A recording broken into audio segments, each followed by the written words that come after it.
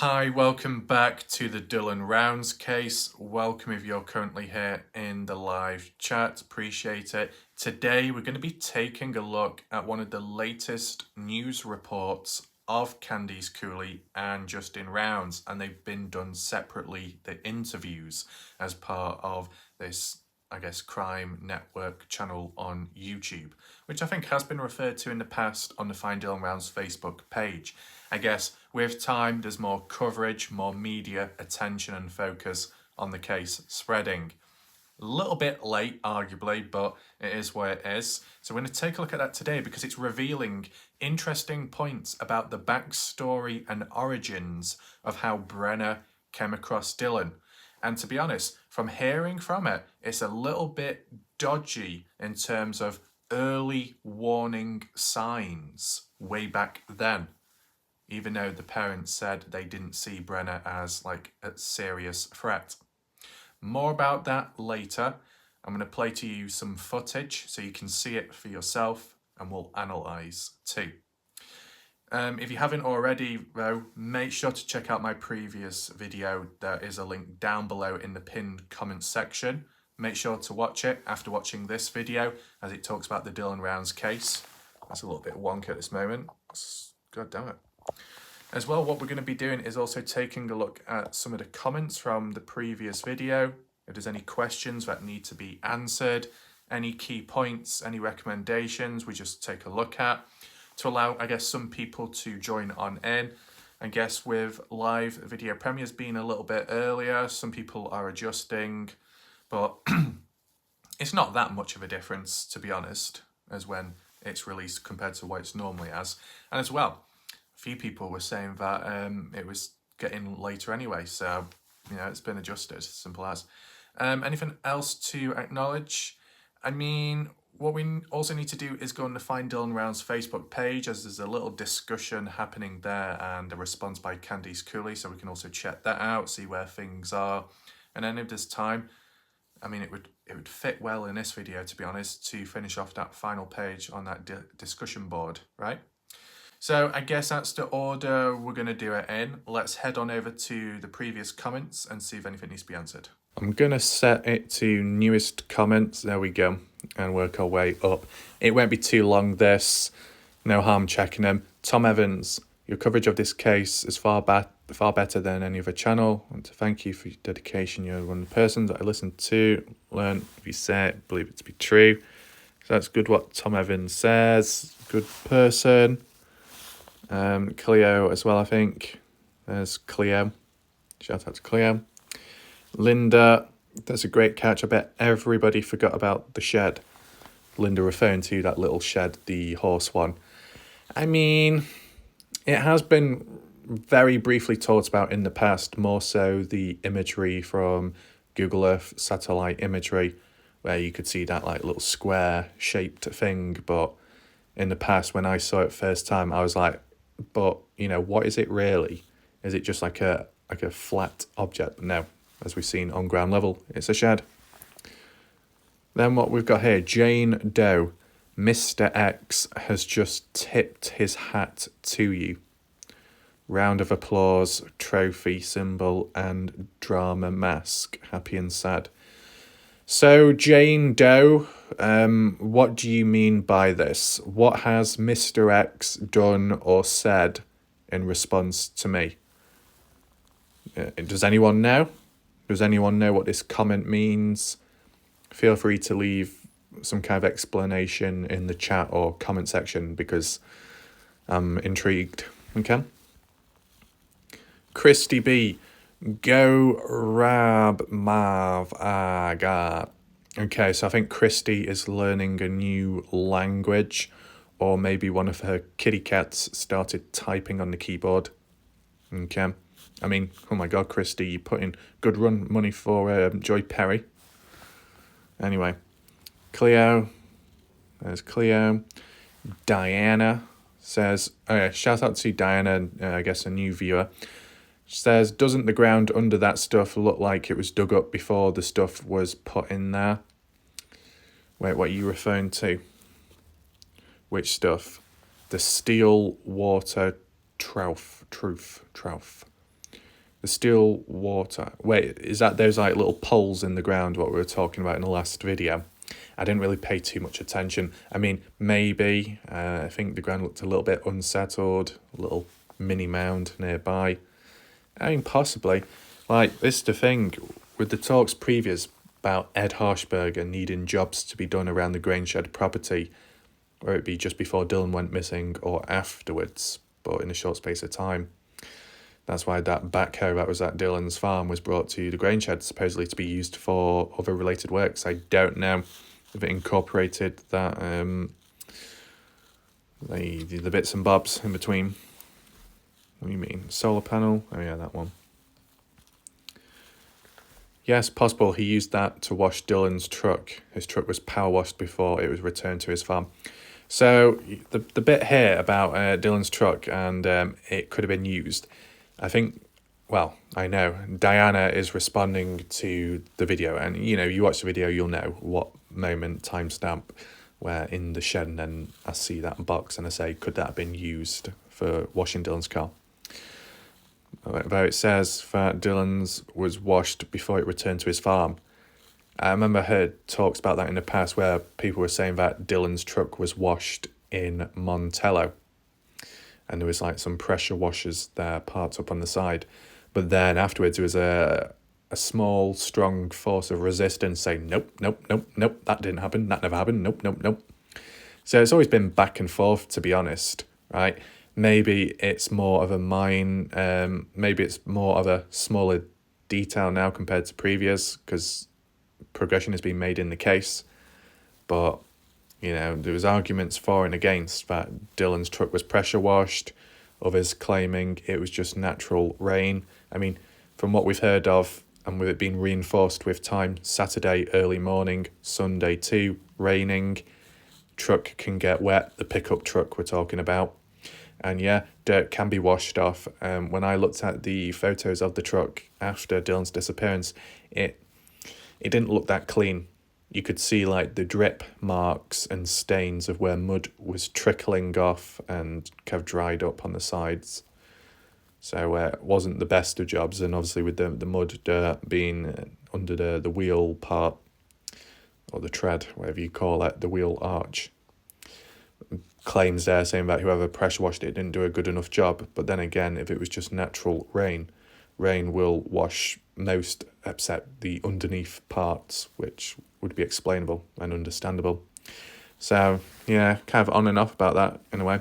Diana, maybe the trough or trough should be moved, maybe is buried under that. Okay. Well, like Raf, I also wondered about the horse gate and where it was located on the property. Doesn't it make sense that the horse gate was across the opening of the grain shed and the horse was kept in the shed? The gate on the left of the photo looks like it's attached to the structure, as it would swing open and close with the half gate in the right of the photo. Could the gates have been closed and Dylan backed into the right half, taking it off its hinges? Could explain to why it looked a bit bent. Or the gates open and Dylan backed into the right gate in a hurry, or did Dylan open the horse gate, letting the horse out, pissing Brenner off? Has there been any reporting of that? I didn't know. Thanks for showing us around. So yeah, no problem. It was worth getting all those photos together. It looked like Kathy Waters was in complete shock, amazement and awe, and I'm not talking about just looking at my face. I mean, when Kathy Waters saw those photos of Lucin, it's one of those things, she could have been sarcastic, which wouldn't be a surprise, or she was genuinely surprised, never seen him before. But, it's from Glorin Dellen, that channel. He was there. He was also in the presence of pancakes, so technically Kathy Waters should know, considering she follows pancakes around like golden syrup, So, yeah, there was that. I mean, the way Patsy worded this, it does make sense, right? Understandable. Okay, the grain shed does not have doors, but there could be a gate that goes across, which is just mainly for the horse to stay in. But Candice Cooley had worded it in the past as just a general overall property area. That's why it's got its own gates on both sides, the south side and the north side, to prevent the horse escaping that way, as it's happened in the past. But, with hay being inside of the grain shed, kind of like being treated as a barn in a way for like a horse or horses. Maybe that's what Brenner was intending, hence why that gate was there. But as we saw, it looked like it was possibly broken, and that's why it was separated and almost stood up on the side. So maybe Dylan did back into it and it was a loud clatter, crash sound. If Dylan was in a bit of a hurry, okay, a little bit clumsy, clattered into it, Brenner gets out like, whoa, what are you doing? What have you done to my gate? And then it kicks off from there, possibly. So, yeah. Anything else? Patsy, you would have had a more successful search for potatoes in Idaho. Happy Patrick's Day. Yeah. The potatoes. We didn't get too many potato pickers last night, but, they'll always be hovering about somewhere. Indiana saying salty as his rats are all fruit bats. So Indiana is starting to rhyme once again, creating her poems, which she's done for some time now. Rats, fruit bats, maybe. Glenn Webster jumping on in. There we go. And what else? Cleo, please don't stop this case unless you think it's time. Well, one only stops when there's not much left to cover, right? Because as I said previous times, that if I was to continue covering the case when there wasn't really anything to cover, then it's just basically dragging it on, and then it just doesn't seem as natural, and then it seems desperate, and then it seems not for the good reasons. Though, with today hearing about the news of that new interview with Candice Cooley and Justin separately, there was some interesting information shared there, which I've not really ever heard before, and I don't think it has been publicly talked about that much. And it does kind of reignite some suspicions, okay? Not full on, but some questioning points, and we will get to that very shortly. Though for now, that's it for the comment section of this video. Now I think it's time we move on to the Find Dylan Rounds Facebook page. We've not really looked here as frequent, though there's just not been as much look at, though there are new posts. So let's begin with the first one, which is here by Kristen Forbes. And there is a response by Candice Cooley. Kristen says, after hearing and watching the interview Candice and Justin did of updates on Dylan, it hurts me, and I know it deeply hurts them just as worse. Finding out their son killer basically was recorded taking their son's life before their son's eyes, like I said. And thank God James Brenner is in jail, and I pray he will rot there. That's where he needs to be since day one of him doing the mess he did to Dylan. I pray Dylan is to be found, brought home. Dylan, Justice is to come very soon, and you come home. Much love. Right. Candice Cooley basically says, please know the act of what Brenner did to Dylan was not recorded. Please listen to the facts. Nothing like that was ever said. So just as a little bit more context, in case you're new to this case, new to this channel, or just simply confused, yes, there was a video recording on Dylan Round's phone. How that was started is unknown, but maybe accidental by Brenner.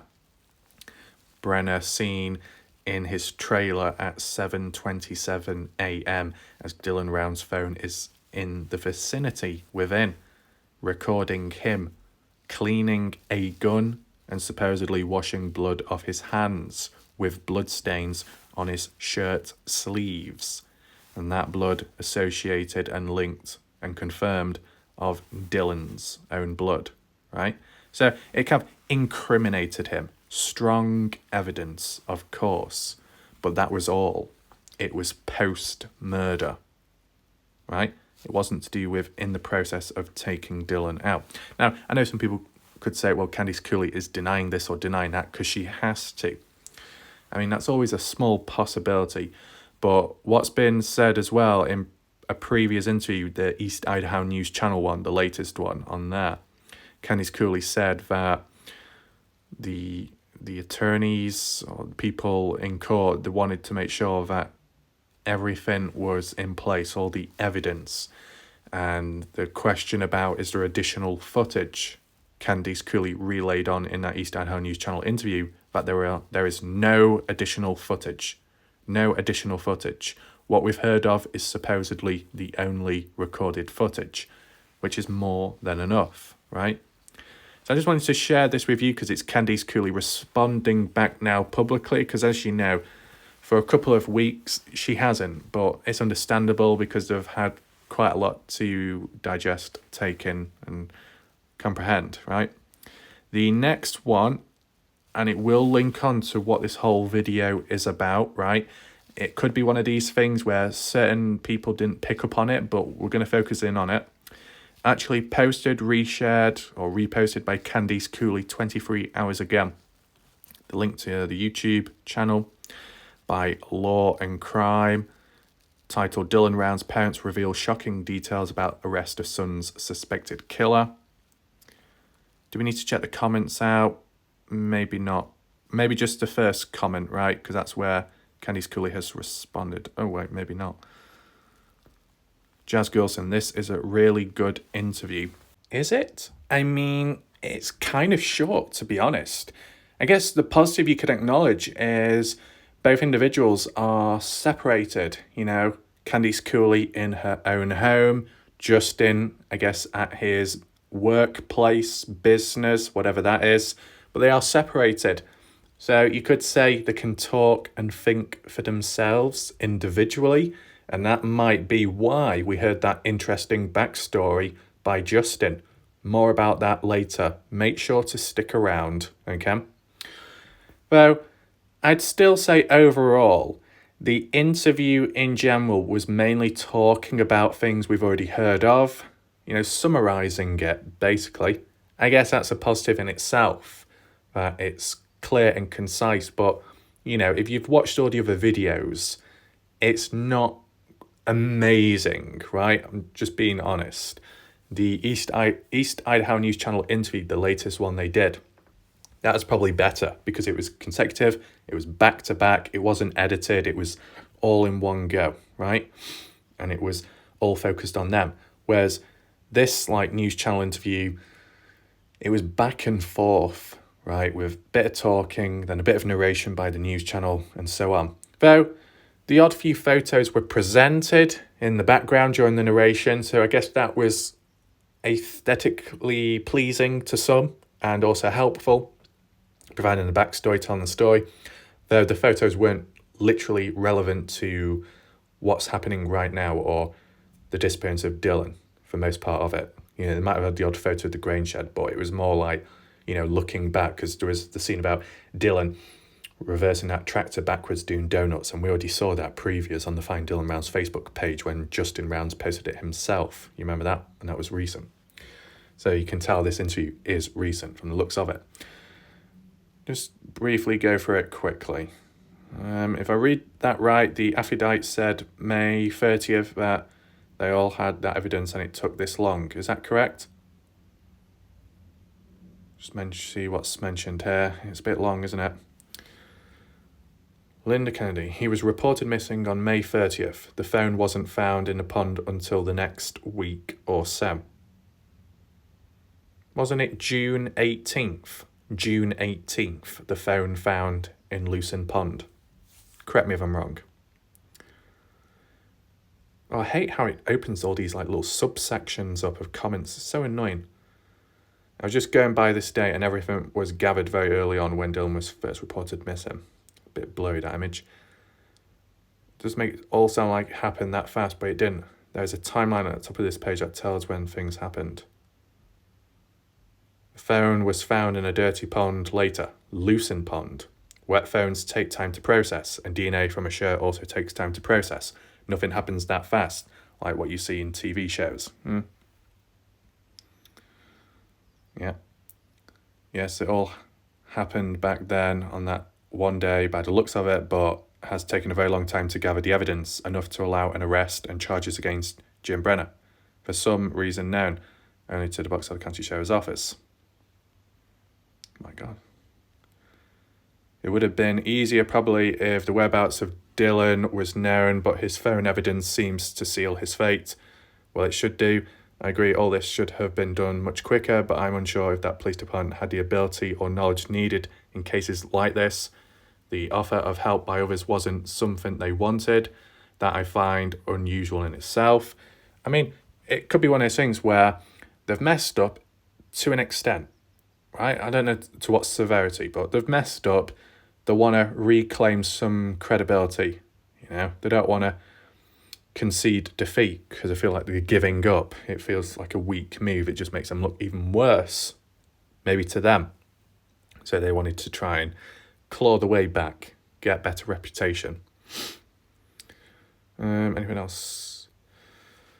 The offer, yep. I hope not down to stubbornness or pride of one individual at the top. Well, it could be that. What happens now there is that Dylan is found and recovered, and that monster James Brenner never sees the light of day again. Linda, they were sitting on their hands the whole time. Nothing will convince me otherwise. Okay. Yeah. Holes everywhere. Completely botched. Well done on this interview. Truly should have been centre of attention. Oh yeah, that was the thing as well to acknowledge. Candice Cooley in that interview did hammer in at Box Elder County Sheriff's Office again, the LE, calling them out, criticising them. So there was that as well. Also talking about how the initial time they got there, the first few days, the LE were mocking and laughing at Candice Cooley. I don't know why they would be doing that. I don't know if it's been misunderstood, or if that's just what she thinks, or if that's truly the case, and the police are just messing about because they don't really care. It's two different sides. Dylan definitely pushed the record on that phone. He wanted to make sure people knew. He definitely has a strong spirit. It's not proven, though. That's the thing. And Candice Cooley, she thinks different. She believes that Brenner was the one that accidentally pressed the record button. At this moment in time, I feel that it was Brenner who accidentally pressed the record button when obviously he must have got the phone off Dylan, right? When taking care of things. Rhonda, I sure wish that someone knew the odometer reading on the truck prior to the disappearance because it would have been a good indicator of how far this monster took. Yeah. Well, one of those things where you could have got the reading, you could have got the data or the data, but because Justin, Candice or Dylan's friend got hold of the pickup truck and drove it somewhere at a point, when they were allowed to, I guess, they should have just kept it where it was. Because by driving it, it reset the last 100 miles of journeying around. So that is a big downfall in evidence, of course, because that truck data, first of all, could have proved whether it was used by other people by going to an odd place where Dylan wouldn't normally go. And two, most likely it would have revealed the last spot where Dylan was taken and probably the desecration, post-desecration being moved a second time round. So in a way, things could have been sped up a lot, to be honest. Yeah, that's what I think. I hope someone is held accountable for the lack of responsibility during the whole investigation. Brenner had a warrant out for his arrest for gun-related felony and the 2021 aggravated assault. They had to have known about it when they deemed him a suspect in Dylan's missing. They knew where he was and had been arrested much sooner. Dylan would be alive and tending to his farm. That is one way of looking at it. If done in 2021, Dylan would still be alive to this day. If done at the beginning of Dylan's disappearance, then even though Dylan wouldn't be alive to this day, he would have been found sooner because Brenner wouldn't have had time to do the desecration, right? So there's two ways of looking at it. Two lots of failures, in a sense. The excuse by Box Elder County previous was that the reason why they didn't arrest, charge, apprehend Brenner back in 2021 for that aggravated assault on the 69-year-old is because of the virus, lockdown and restrictions. Is that an excuse by them? I don't know, but that's one of the points mentioned previous. Mary, the nerve of this evil man doing this to your son with no regard for his life makes me so angry. Prayers, support, yeah. I think it's high time for justice. I've always wondered why Ellie takes so much time to deliver justice to families while deliver accused to justice system. Is it because their salaries do not depend on results? Do they take their time? Without any accountability, there should be some accountability towards victims, families. Every 12 months review? I don't know. Some mechanism in place so families don't wait 30 years for justice. Most LEOs are there for themselves. They enjoy the position. Just scroll down briefly. Prayers. I believe Dylan had something to do with this video. I was thinking the same thing. That person says. I still feel it's Brenner by accident. I hope that POS never gets out. Box Elder Sheriff's Office ought to be ashamed of themselves and how they've handled the case. It's sad how a young man got taken so soon. Box Elder Sheriff's Office would have done their job. I hope Brenner never gets out. He deserves the death penalty. I mean, it seems to be slanted towards that way from the last interview we saw on East Idaho News. Candice Cooley saying that's the way it's going and we want it to go that way as well. I guess the only possibility to why it wouldn't end that way is because a deal is made, though as of right now, no deals have been accepted. Candice Cooley and Justin said they kind of turned it down, like a plea, an offer, reduced sentence, and no death penalty in return, or giving the location of Dylan's remains, wherever that is. But Candice Cooley and Justin feel confident that they can find Dylan themselves. And it was also echoed and reiterated in this latest interview, what we're going to look at shortly. Okay, here's first response by Candice Cooley. Jesse, Candice Cooley, is there a date for Dylan's case to be aired on Never Seen Again? I know I may have asked before. Apologise. I would like to know. Candice Cooley, it will be April when we know the date we will release. Okay. Yeah.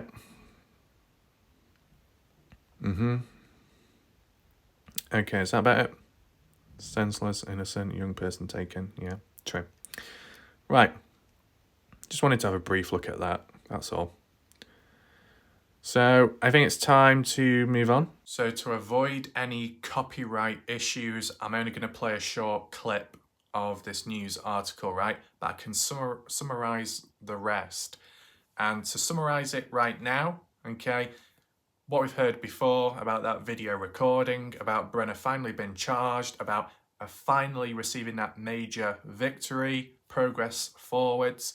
Also, Candice Cooley referring back to Box Elder County Sheriff's Office, the LE, for their lack of activity, but they held on to this evidence, they had this, and they knew of that way back at the start, but they didn't do anything, they didn't charge Brenner. Now, I don't know if that's said vaguely or if it's said literally, like every bit of evidence was like really delayed or so. Yeah, so it's one of those things where Candice Cooley once again is calling out the LE, which, is understandable in a way, but at the same time, it's interesting because for the last few months, Candice Cooley has been quiet, at least online, right? Not been as vocal or verbal. So you'd think silence, cooperating, working with the LE, you'd assume. And then just recent, her publicly calling the LE out once again. Is that just simply referring back to the past, summarising it? Yeah, that's how it was in the interview. Though, has there been anything recently that's triggered her to call him out once again? To reiterate what's been said previous? Maybe. I know in the last East Idaho News Channel interview, Candice Cooley said, things are moving forwards, but some stuff has been delayed, slower than expected. So it's that typical scenario, maybe things being delayed. But still, overall message of this latest interview with the two is that they're hopeful and confident, and that when the next search comes about in summertime, when the snow and ice melts away, the temperatures improve, they've got like new equipment, they've got newer groups and volunteers that want to come out. I think she roughly worded it, or roughly quoted as, she has elite ex-military stepping on in. Elite ex-military sounds pretty advanced and interesting, I guess, with their knowledge, and maybe if they've got their own equipment.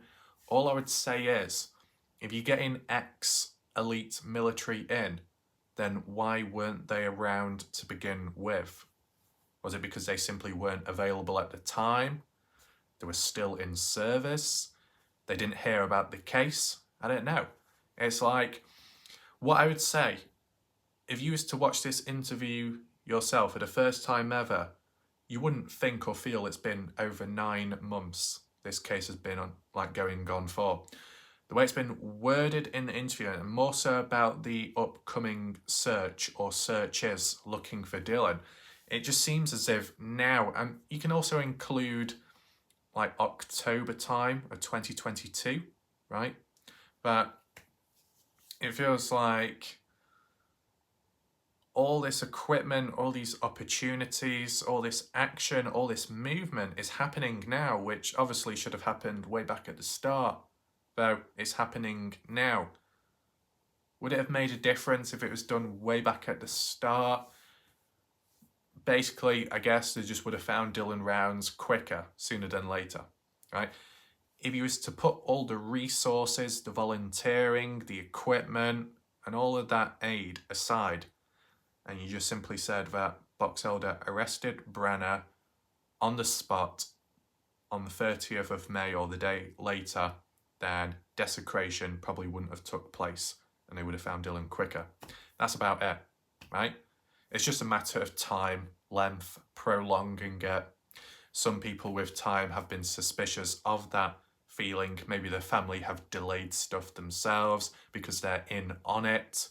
They want things to drag out as long as possible so it becomes invalid, or there's not as much evidence anymore. That's what people have claimed with time, right?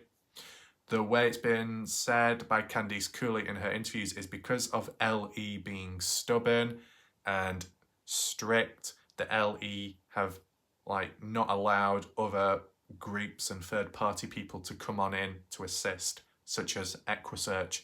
That's why it's taken all the months for them to finally get involved. So I guess now the green light, the thumbs up are in place, because that big push, the big push before wintertime in 2022, Candice Cooley said that the LE were quiet and stepped back, but they did acknowledge and said, yeah, you can go on searching, and Texas EquiSearch can come on in as well. So I guess that's continuing that, which is a good, but maybe probably would have been better way back at the start, right? You get all these resources, equipment and opportunities, you might as well make use of them, right? And yet that wasn't quite the case, because LE were restricting these opportunities. That you could put on a slant, an argument towards Candice Cooley, and say that she's kind of doing the same thing now, and maybe Justin as well, with them rejecting offers made put to them in terms of Brenner holding information, or you say withholding, and making a deal so then he could reveal location, but they don't want that. So you could say you're slowing things down, denying yourself of possible answers sooner than later.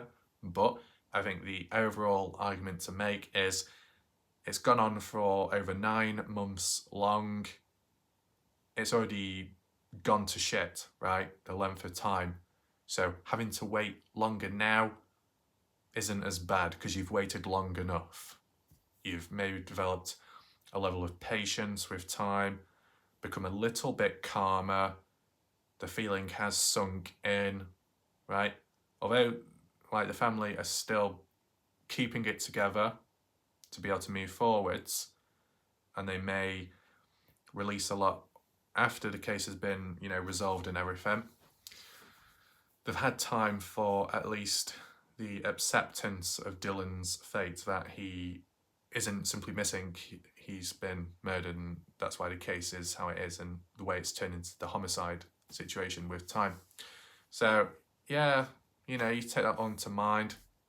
But hopefully I summarize it of this interview. If you do want to check it yourself, you just type in Dylan Rounds in the YouTube search. It's like the first one that pops up on screen because it's the newest one, right?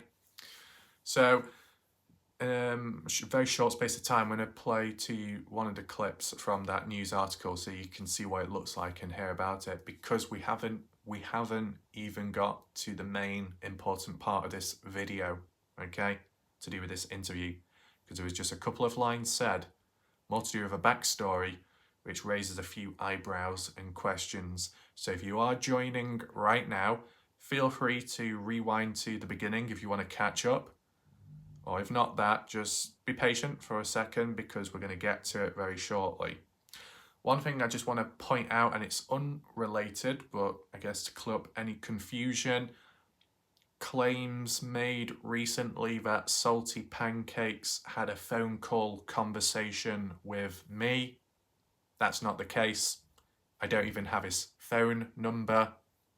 I wouldn't want his phone number, okay?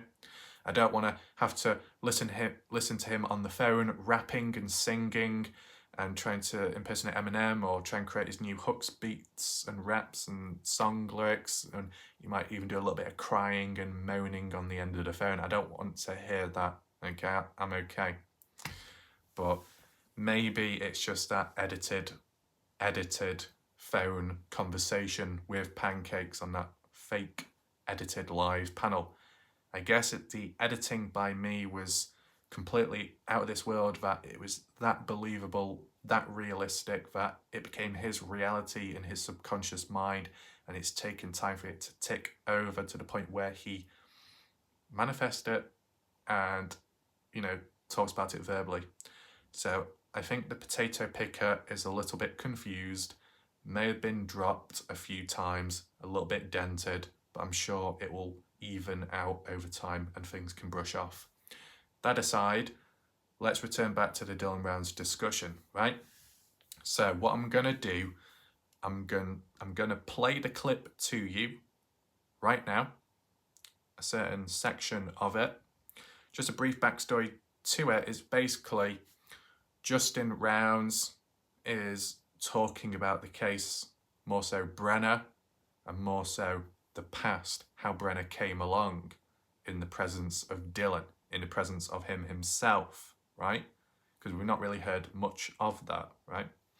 As well, with Justin being away from Candice Cooley, these interviews took place separately. It meant that they could talk and think for themselves. So if Justin had anything to say, he could, and he would not be cut off or interrupted by Candice Cooley, as we've seen in previous interviews when they've been together. And Justin hasn't really done many interviews by himself, really only one, and that was on Duty Ron with Equisearch, and that was it. So it's good to see that Justin give his side of the story, his opinions, right? And what he said recently kind of like opens a few eyes into the perspective, backstory of Brenner and his danger, and early warning signs, right? It's quite serious. So I'll play the clip to you now. Do we need to replay it over and over again for you to actually internalize it? I might replay it one more time, maybe shortened just to the specific part, and then I'll just briefly analyze it and give my thoughts and opinions. As said, although I didn't say it earlier on in this video, feel free to share your thoughts, opinions in the live chat as we do go along. And as you do listen to this clip, let me know what you think about it, right? Let's transition on to the video. Rounds tells Law and Crime Network he was introduced to Brenner years prior. A couple of years ago, I introduced myself to Brenner. He was at my grandpa's house. My son had bought a bunch of pigs, and across the road from my grandpa's house was a vet clinic, and Jim Brenner was there. I was pretty upset that they bought the pigs and brought them to that property, and I was pretty upset when I left. And Dylan texted me and says, Jim Brenner's going to shoot you, and he's going to do, he doesn't like to be talked to like that. I said, well, then I'll have to come talk to him. And I came back to talk to him at the farm, and he was with my dad. My dad was calming me down, and it kind of just blew over. So after watching that clip, I want to know your thoughts. Feel free to list them in the chat or the comment section too. Did you notice any red flags popping up? Was there any information you've never heard of before? Was there any contradictions or lies stated by, let's say, Justin? Feel free to list it. I'll give you my opinion right now on the matter, my analysis. I did actually note it down in bullet points just so I can read it back out to myself, as it is helpful, right? First of all, I said, it's good that he's by himself so he can speak his own mind, and it might have led to hearing things which we've never heard of before. That's how it seems to me, because some of that stuff I've not heard of before. Some of it has been refined and elaborated, which is good, such as the pig situation. We'll get into that shortly. Could it be because Candice Cooley isn't nearby to Justin? So there's no presence, there's no telling him what to say and what not to say, there's no interruptions. Possibly, not quite for definite, but you don't know what goes on behind the scenes when these interviews are conducted, right? So let me know your thoughts on that as well. We'll do a little poll in between. What should the poll be? Do you feel that with Justin Rounds doing his own thing, his own interview separate from Candice Cooley was a good idea? Do you feel that Justin Rounds was able to speak his mind more when he's by himself than when he's with Candice? Feel free to vote right now. Let me know your thoughts on that. But yeah, as for the environment Justin was in, looks like his workplace, the same place where he was sat in office, I guess his office, when he was doing that interview with Duty Ron and Equisearch in the past on Duty Ron's channel. Some of you may have seen it already, so there's that. So yeah, it's good that Justin is speaking once again, doing some kind of interview.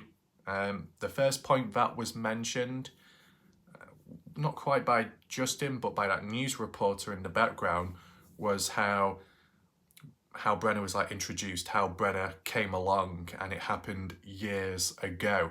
Then it cuts to Justin and he says it happened a couple of years ago. So it doesn't seem that long ago, right? Is that for definite? Unfortunately, no exact year was stated. When people say a couple, it can mean two. So like 2 years ago. So what, we're talking 2021 maybe? Or 2020, somewhere around that period. I mean, it could be inaccurate when they say a couple of years ago. It could mean a little bit longer than that. That's why it's helpful when an exact year is given, because if not, you're kind of guessing, right? So that's just the first point. And there might be a couple of questions or unanswered ones within this, but maybe we get an answer down the line, possibly. I mean, this is like a backstory, right? And the importance of this backstory is trying to figure out how Brenner, a repeated offender who's a threat to humans out there, was in the presence of a family that was going to witness his terror or his dark actions down the line. And it's like, was there any early warning signs to begin with? And from that clip, what we heard, most definitely. And yet, not much happened. So it's a little bit problematic if you think about it.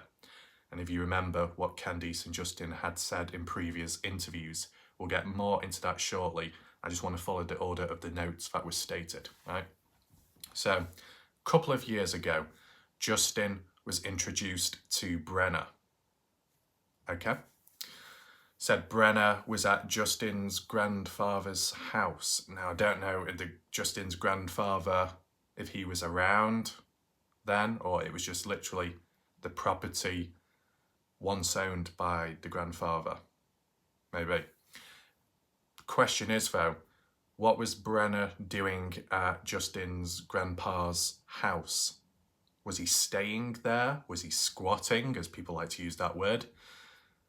You know, is there another backstory behind that? it seems like there's a backstory behind a backstory, and part of it still isn't quite answered, right? So Justin comes across Brenner, within his proximity of the Rounds family, from the looks of it, right? But I guess with it being only so many years back, this was still, Justin, Candice separated. The divorce taking place many years before that, okay? So I guess, when did Candice Cooley get introduced to Brenner then? Was that a few months later or a year later? Maybe. Because we've heard it from Candice Cooley, let's just acknowledge that, where Dylan Rounds and Jim Brenner, were staying at Candice Cooley's property, or on the land of her property, but they were in like a separate trailer, and that was during a time of custom farming. So there's that. I guess the other pattern is like with Don Hately, how Don Hately is longtime friends with Brenner, and Don Hately is good friends with Larry Rounds, Dylan Rounds' grandfather. And what about Don and Justin? Not much was mentioned there. Or Don, Candice Cooley, not much was mentioned there, right? But we look at that Facebook post of Justin's previous, what we saw, and he called him out. So don't know if there's always been some kind of arguments there, or they got on well in the past, I don't know. But you've seen these like cross connections of people who not only were involved in the Dylan Rounds missing person case all the way through, or at least at some point, but they seem to know each other from the past as well, and as well merged in with the family in some way, either as a long-time good friend or an acquaintance. And from the looks of it, Don Hately is regarded as a family friend. Brenner, by the news articles and I guess press release, is regarded as a family friend as well, but Candice Cooley and Justin are quick to deny that claim and say that he's just simply an acquaintance or some kind of work partner at some point, right? So you've seen that detachment. It does make me think, though, is there a possibility that Brenner may have been friends with Justin or Candice Cooley or something, but they were on somewhat neutral, decent terms, but because of what's obviously happened in more recent time, Candice Cooley and Justin don't want to associate themselves with Brenner. They don't like the idea that they let Brenner close to Dylan. They don't like the idea that they helped Brenner out in the past, maybe staying here or staying there. Is that a possibility? Do they feel embarrassed, or do they feel like they just can't accept it, considering what's happened recent? Do they feel like if they did acknowledge that Brenner was a family friend in some way back then, maybe not now, but back then, that it paints a bad picture of Dylan Round's parents? I don't know. You get what I'm saying? But they seem to know each other, at least back then, right? And you saw me in recent time where I was questioning, at any point, if you were in the presence of this individual, did you actually see anything? Did you see any warning signs? Did you see any suspicion to believe that Dylan was in the presence of a dangerous man? And from what Candice Cooley and Justin have said was they didn't know much about Brenner. They didn't know his past. They didn't know what he was capable of. And it's like, you didn't know what he was like, and yet Justin kind of saw what Brenner was to an extent. And that was back then. Anyway, we'll tie it all in a bit later on in this. So I guess the reason why Brenner is at Justin Grandpa's house, and that's to do with the pigs. Dylan buying pigs at the time. I assume, is this another set of pigs? So at this point, at this time, years back, a couple of years ago, what, did Dylan buy a second set of pigs? Because Candice Cooley said that Dylan bought pigs as well with Kurt Wadsworth. When was that one? Was that before buying pigs and Brenner assisting? The one with Kurt? Or did that happen later? which set of pigs occurred in what order? Or was it the same thing? I don't know. Does anyone know? Feel free to answer. But yeah, pigs, buying them. You're a farmer, you do farming related stuff, animals, livestock, I mean. And, seeds, grain, all that, crops, typical farming stuff, right? So I guess that's what Dylan was into back then, at least. And Brenner did help, and we have heard that previous, but it was like, okay, Brenner helped Dylan, but where, when, with who, where at? And we kind of have a better idea now. It was a couple of years ago. It was at Justin's grandfather's place, so I guess in Idaho. Yeah, Idaho. And Brenner was assisting. But still, it doesn't quite answer, how did Brenner first meet Dylan Rounds, right? Back then, from what we've heard of in this interview, yeah, that might have been the first time Justin was introduced to Brenner. But do we know the backstory of how Dylan Rounds was introduced to Brenner? Does anyone know? Anyone in the chat? Any of the locals, Montello? Do you know how Brenner was introduced to Dylan? I don't know. But at least this interview is at least explaining it from the point of view of Justin Rounds, how he came across Brenner, right? So that clears up one aspect at least. So Brenner helping, right? We've seen that before, we've heard that, as well as fast forward a bit later, helping with Dylan's farm and farm related stuff when Dylan was focused on lucin, right? Okay. In the interview, Justin said that the pigs were placed or housed, however you word it, opposite to the Justin's grandfather's home. So it was opposite it. And he kind of mumbled his words, and I tried turning on captions, and it still wasn't quite clear, so I had to keep playing it back, and it sounded like that the pigs were opposite at the vet clinic. Vet clinic. I heard the word clinic.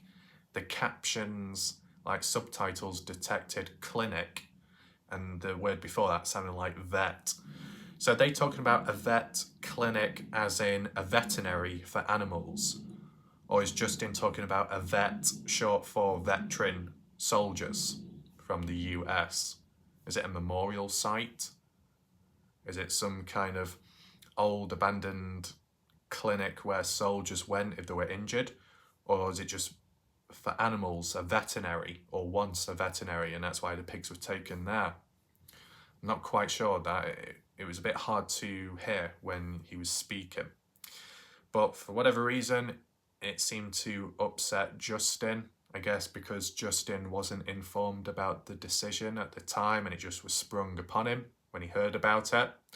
And I guess with it being opposite his grandfather's house, maybe kind of personal disruption, maybe it's seen as a bit disrespectful. So Justin said he was upset at the time, and he was upset with Brenner as well. But then again, if it was Dylan who was responsible for putting the pigs there, and Brenner just went along with the orders and helped, then isn't it Dylan's fault? Or was it Brenner that made the decision? Did Brenner cause any trouble in between to get underneath Justin's skin? Not from the interview, the way it was worded. It was just that where they were placed, it affected Justin. So I guess he had a few words with the likes of Brenner. And then after that, it was Dylan that texted his dad, Justin Rounds, saying in quotes that Brenner, he's going to shoot you. He doesn't like to be talked to like that. So I assume that before that happened, Justin was talking directly to Brenner on the spot, and then Justin walked away and left. And then that's maybe at that point where Brenner said what he thought, and because Dylan was there to hear it, he relayed that message on to his father via text message. Okay, so there was already a dispute, a falling out, a little bit of tension, conflict back then. You know, first glance you might think, oh, okay. But when someone like Brenner back then says that he's going to shoot you, aiming that directly at Dylan's father, that he's going to shoot Justin rounds, a threat, a warning. Back then, if that's the first time you ever heard of it, you could shrug it off, brush it off, and think, okay. You might see it as an empty threat. But when you realise that a few years later, it resulted not in Justin getting shot, but likely Dylan getting shot, if that was literally the actual item used, hence Dylan dying. So that is kind of weird, that how the person that directly, well, not quite directly, because Justin wasn't around to hear what Brenner said, but for the message to be passed on to Justin that he was and could get killed because of that threatening message, and that Dylan was around Brenner at the time to hear what Brenner said, and yet down the line it was Dylan, not Justin, that got shot. That's weird. It's like turn of the tables in a way. But yeah, what I would say at least is, okay, Candice Cooley may have not been there to hear it, so, you know, she didn't know. But someone like Justin, if Justin heard about that, the way Brenner was and what he said and what he was thinking towards Justin, then Justin should have, I don't know, maybe became a little bit suspicious or just a little bit concerned, right? I mean, okay, if you receive threats, it might not faze you or bother you because you might be thinking, oh, I've experienced this type of BS before, it's a load of rubbish, it means nothing, it's empty words. But if you're aware that there is someone else who may be considerably more vulnerable, let's say Dylan, because of his age, at the time at least, and him being in the presence of Brenner, then, you know, Justin should warn Dylan about it, right? Even though Dylan is clearly in the sight of Brenner when he says that stuff from the looks of it, maybe Dylan isn't seeing the full picture, right? Because of his age. A little bit naive, a little bit vulnerable. And people can dispel that claim, but, you know, you think what it led to eventually, Dylan being taken out, after all those years, a build-up, a snap, who knows? So, I think one thing to acknowledge in Justin Round's defence is that he did advise Dylan that Brenner is not your friend. That's what he said. And I think we did cover that in a previous video recently where Justin tried reaching out to Dylan. And we can get into that very shortly because there's another clip I need to share with you. We have heard it before, but to the people that haven't heard it, I will play it in a second, okay? Was there anything else that mentioned here? Oh yeah, regarding that text message Dylan sent at the time to his father, Justin, about Brenner wanting to shoot him. Justin eventually came back to, I guess, the site, grandfather's property, confronted Brenner, and that Justin's father was there at the time trying to calm down Brenner. How's he trying to calm him down? Just talking to him, holding him, restraining him? I don't know. Didn't quite explain that part. Justin did say that things kind of blew over, I guess settled down. Okay. But how angry was Brenner at that moment, right? Hearing the message and the threat is one thing, but being face to face with that person, that potential killer in the future, what did their facial expressions look like? Did Brenner appear cold? Very cold, as like Candice Cooley and Justin have worded in recent time, post Dylan's disappearance and murder, with that video recording? Or was Brenner really agitated and still pissed off? Because if he was, then that's yet more signs, more early warning signs that he's not only sending threats, but he actually means it by his presence and facial expressions if you're there face to face to see him. Like, how else can you word it? That you yourself may not be worried or scared of Brenner, but because you know of others that are in the presence of Brenner at some point or some time, it's like, whoa, you know, I don't think you should be around him. Whoa, I think you need to step back. And, you know, Justin advising Dylan that he's not your friend, I guess, is one thing, but I guess Dylan can make his own choices and decisions. Do you feel that a bit more action could have been taken at the time, you know, to maybe get Dylan away from Brenner? Yeah. The reason why I'm saying this is because it's still to do with the timing and the year. We're saying, what, a couple of years ago?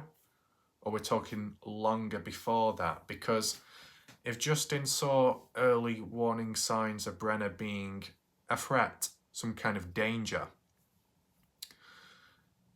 is this before Dylan was focusing his work in lucin farm work? Did Justin get introduced to Brenner whilst Brenner was still living in Montello in that trailer? Or did Justin meet Brenner after the trailer was burnt down and then Brenner moved into lucin? You get what I'm saying? I think we'll tie it all together very shortly. Let me just share with you this next clip from that news article, right? So we've seen the anger, the possible rage, the threatening behaviour by Brenner. Now it's time to show his jealous side with this clip. He says Brenner had negatively spoken about his son in the past. Jim was talking to a kid that works for me. I was watching him on the cameras. He was telling the kid what a spoiled kid Dylan was. I doesn't treat anything very good. You can just see a lot of jealousy in him. And I called Dylan and I said, you know, Jim Brenner isn't your friend. He's sitting there talking about you. And he said, Jim's just kind of an ass. You could tell when we got to the shed that there was jealousy of Dylan. He was talking about how Dylan was bragging about how much money he had. So if it wasn't quite worded clear then, or there was a few missing details, 2021 this occurred whilst Brenner, Dylan and Don Hately and some worker working for Justin, all at Justin's shop with the grain truck, something to do with the tarp, it getting repaired. Dylan left the area, I don't know where he exactly went, and then Justin, not far away, maybe in a room or something, had his phone looking at the cameras of those in the vicinity, Brenner, Don Hately and that worker, and he was able to hear as well with some audio when they were talking amongst themselves. How it was worded in this interview clip, he was just saying that Brenner was talking to Justin's personal worker, but no talk about Don. And yet in previous interviews, Justin said Don was present and Brenner was talking to Don. And yet in this recent interview, Justin said Brenner was speaking to his own worker. No talk about Don. Maybe it's just a little detail missed out.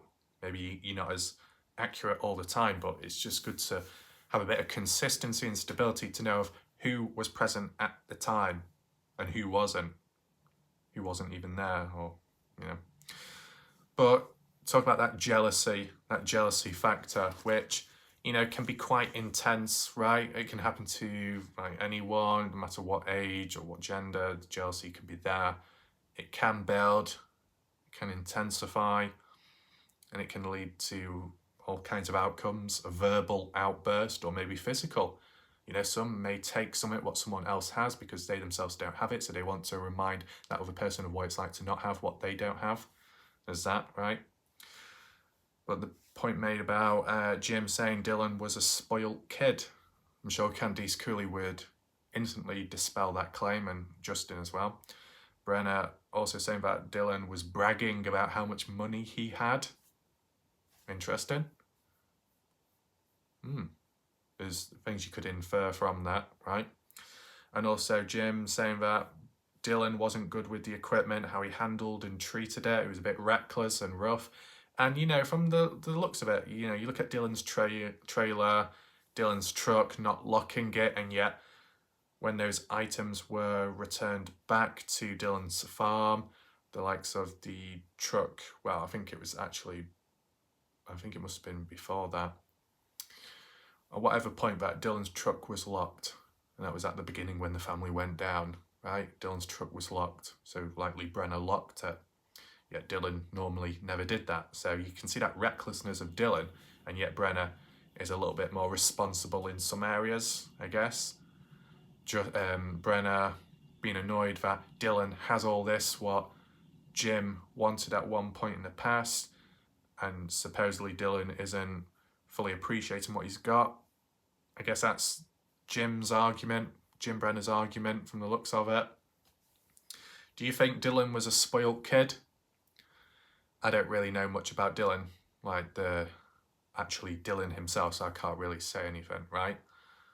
The part about Dylan bragging about how much money he had, now that was like a theory, an idea in the past which was suggested by numerous people to do with that custom farm work for Dan Iverson, the last custom farming Dylan did before he was taken out of this world.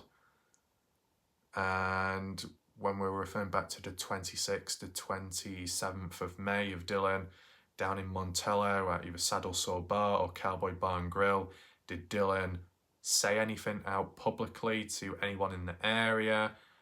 And someone overheard him. Maybe Dylan was talking about how much money he earned from the previous custom farming job he did.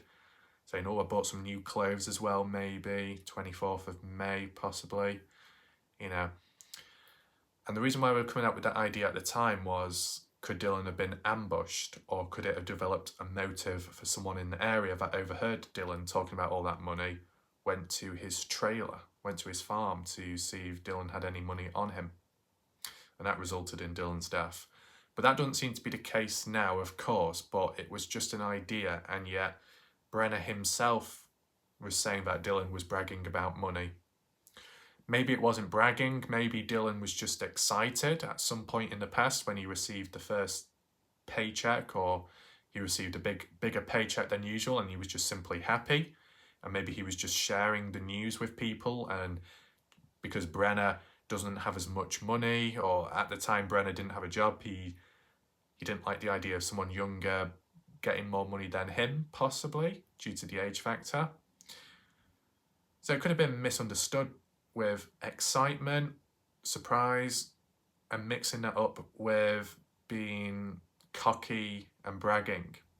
Of course, you can leave your thoughts down below and let me know what you think about that. Because if Dylan was very vocal about money and how much he had or earned, it can make you a target, right? Especially if you are in Lucin, in the middle of nowhere. You haven't really got much defences, no one around to defend you.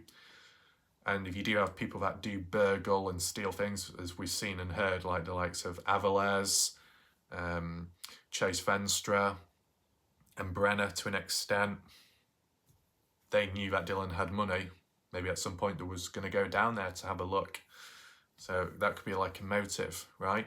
I think overall, when you piece it up all together, I do want to acknowledge that I will have another video coming, which kind of really digs deep to piece it all together with Brenner. There is a focused video coming, most likely a short one because there's only so much you can say, but just be on the lookout for it. I don't want to say too much there now, but at least from that interview, what we've seen, heard, listened to, as well about the future plans going forwards of the searches in the summertime, you feel like by the end of summer at least, they should be able to seek that closure and find Dylan's remains. But the ultimate question is, after what we heard from Justin Rounds, could it have all been prevented? Well, from Box Elder, the LE, in the family's eyes, technically, if they acted quicker, then it could have prevented desecration. And that's what I think as well. And I guess Candice Cooley had acknowledged it in a past interview that if the LE acted quicker back in 2021, that aggravated assault on a 69-year-old in Montello, if that was followed up right there, right then Dylan would still be alive to this day. So there's that as well. What I would say though, depending how long Brenner served in prison for that, and if Dylan was still focused on his farm work at Lucin, it may have just simply delayed the inevitable. There is always that, right? Unless Brenner was sentenced to life there back then, or he died in prison, then Dylan would be safe for the foreseeable future. Though if Brenner was released eventually and returned back to the Grangeshed property, then I'm sure at a later point Dylan would have done something possibly, or there would have been a slight falling out which then triggered Brenner, and then Brenner would have snapped at a later point and then killed Dylan at a later point. So it may have always have happened unless Brenner was literally taken out himself so he couldn't harm anyone else. Right? Does that make sense? But if we're referring to before that assault, I guess Justin Candice Cooley weren't aware of that and the other things Brenner was accused of and charged with further back in the past, like the Maryland shooting in the 1980s. Candice Cooley and Justin making it quite clear that they weren't aware of Brenner's past, and yet Justin being aware of Brenner being somewhat threatening towards him, and Justin knowing that Dylan, his son, is in the presence of Brenner, who seems like a bit of a angry, bad character. You know, although Justin warning Dylan, saying, you know, he's not your friend, and Dylan brushing it off and saying, oh, he's just an ass, that's all. It's like, in a way, it's as if at that moment in time, Dylan couldn't see what Justin saw. Dylan didn't feel what Justin felt back then when in the presence of Brenner. Could you argue more could have been done?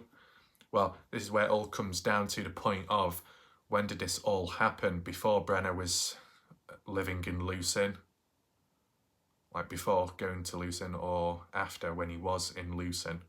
Because if it was like a one-off meeting, a one-off, you could say, oh, right, you could suggest to Dylan, right, he's not your friend, you probably need to brush him off, just get away from Brenner, right?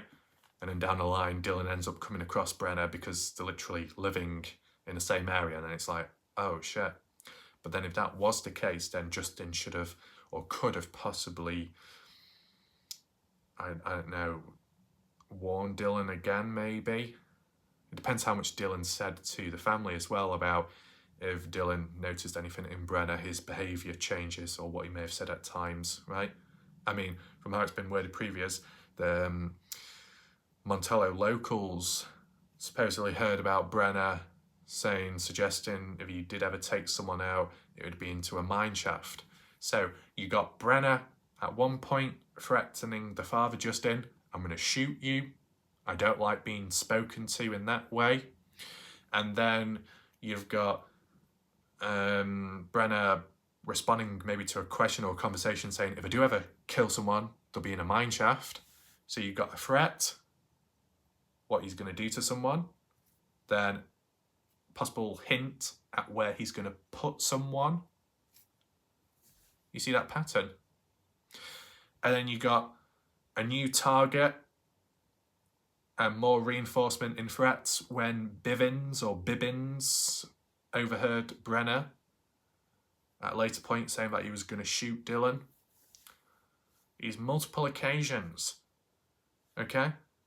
You keep seeing these threats or signs of threatening behaviour, you could brush it off. But then you look back at his past criminal history and it does back it up with what he's done to people and the methods as well. So you should be taking it quite serious. Now, at the time where if you weren't aware of all that stuff Brenner had done or was capable of, you may have brushed it off.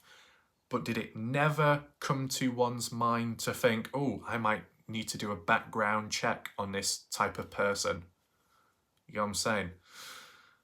Because how it's been worded previous, how Candice Cooley and Justin have said in past interviews, is that when Dylan went to Lucin, there wasn't much resistance. They didn't hold Dylan back. Candice Cooley was cool with it. Justin was kind of disappointed in a sense that he wanted Dylan to work for him just for a little bit or so to gain a bit of experience and to help and teach him in a way, but he couldn't hold him back literally with force. So there's that to acknowledge at least. Though, that point Dylan was in Lucin, Candice Cooley, Justin said they weren't aware of the dangers there. They didn't think it was dangerous. They didn't think anyone was bad there. That there's no convictions of inappropriate behaviour type people doing stuff, and it's okay and it's fine. And it's like, well, maybe Candice Cooley is thinking that way because she's not seen the same side to Brenner as what Justin has seen. Did Justin ever do a background check on Brenner? You know what I'm saying? I mean, maybe most of the time in life, you probably don't need to do a background check with someone because, you know, you might be able to trust them and see them at face value as they really are. But at least in my mind, in any situation or any environment or any distance, whatever, if you come across someone and then you see red flags, you see warning signs, you feel a bit uneasy, you feel scared, you feel concerned, not for yourself, but for someone else in the presence of that individual you're suspicious of, then you probably would maybe do a background check. I mean, look at it this way, first of all, when it's come to threats and warnings in the Dylan Rounds community, other YouTubers, YouTube channels, viewers, audience members that have been targeted, they've responded ASAP. Very verbal, very vocal. Yeah, maybe because it's a different generation of people, there's that as well, and because it's online, but still, you get people reacting, saying, oh my God, look what's happened to me, and then telling everyone about it, or maybe reaching out to the police or some kind of services out there. Very reactive and responsive, quick.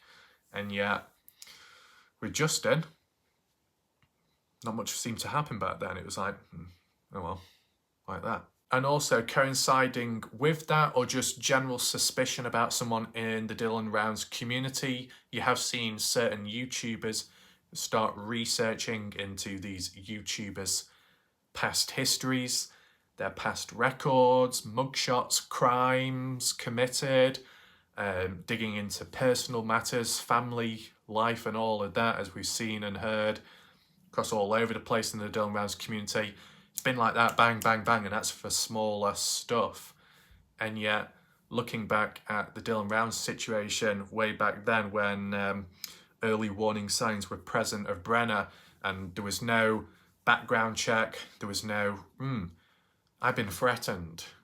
I've been personally threatened. Maybe I should look more into Brenner and see if he has been involved in any crimes in the past. Yeah, that didn't seem to happen. So you got to be careful how you word this stuff because it could backfire and go wrong, of course, right? Arguably speaking, though, if there was a level of suspicion and stronger concern and the need and the want for a background check, then possibly very small scale that Dylan's death possibly could, maybe, not guaranteed, but possibly saved if there was like a faster response. And I'm not talking literally about the LE arresting Brenner in 2021. I'm talking more about if you've seen threatening behaviour by Brenner and you tried, in a way, pulling Dylan away from Brenner because you felt or sensed that Brenner could kill, and technically you have seen the threats, and if you have done a background check, it would have been reinforced by that in a way, pulling Dylan away from the area or just that person, protected, possibly saved. It's not guaranteed because Dylan's got his own mind. Dylan at the time seemed perfectly fine around Brenner. so it didn't impact him. Like, the only way you could maybe prevent it from all happening is if you locked Dylan in a room, and obviously that's not healthy or normal. So I guess it depends what they've said as well, that Dylan can make his own mind up, his own decisions.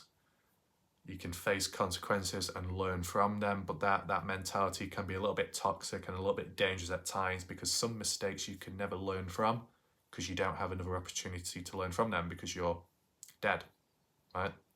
So Dylan trusting the wrong type of people, possibly. Family not being alert or aware at the time of possible red flags.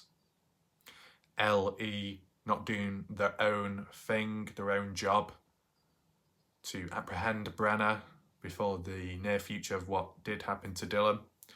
A lot of different factors, a lot of different maybe red flags, warning signs of what Brenner was capable of and who he had in his sight with those threats, but also missed opportunities by all different people across all boards, which could have prevented or maybe more so prolonged Dylan's outcome. That's the way I see it. Is there any deeper points we need to get to? Well, we can do in the next video. Just wanted to make sure that it was worded somewhat appropriately, this video, okay? Of course, if you have your own thoughts, theories, or ideas, feel free to list them down below. Let me know your opinion. If you have any questions, make sure to list them down below and maybe they can be answered, okay? I think we'll leave it there. I did look on the Find Dylan Rounds Facebook page a second time round and I didn't see anything at this moment in time of speaking, right? So unless there's something new that pops up later, then I'll have to take a look. But I think everything's up to date at this moment in time, though we've been looking back retrospectively, which is also important to understand the backstories, right? The backstory leading up to Dylan's disappearance, and then from what we've heard of, the backstory and being introduced to these characters at whatever point in time in life, okay? Hopefully you found this video interesting. I don't know if Black Dove is still around. Does anyone know where Black Dove is? Considering that progression has been made in this case, you know, is Black Dove happy with that? Is he aware of what's going on? Or does he feel like there are still things that need to be looked at, unfinished business? I don't know. If you do have any video recommendations or focus points on the Dylan Rounds case specifically, like a location, a theory, an event, some kind of recreation or timeline, some kind of video idea along that theme, or whatever, feel free to list it down below in case it needs to be covered, then it can be, okay? Kind of did that with the Kenny Veach case at a point in time where it was like, is there anything you know of, or if there's anything you want covered, shared regarding that case? This time around regarding Dylan Brown's case, okay?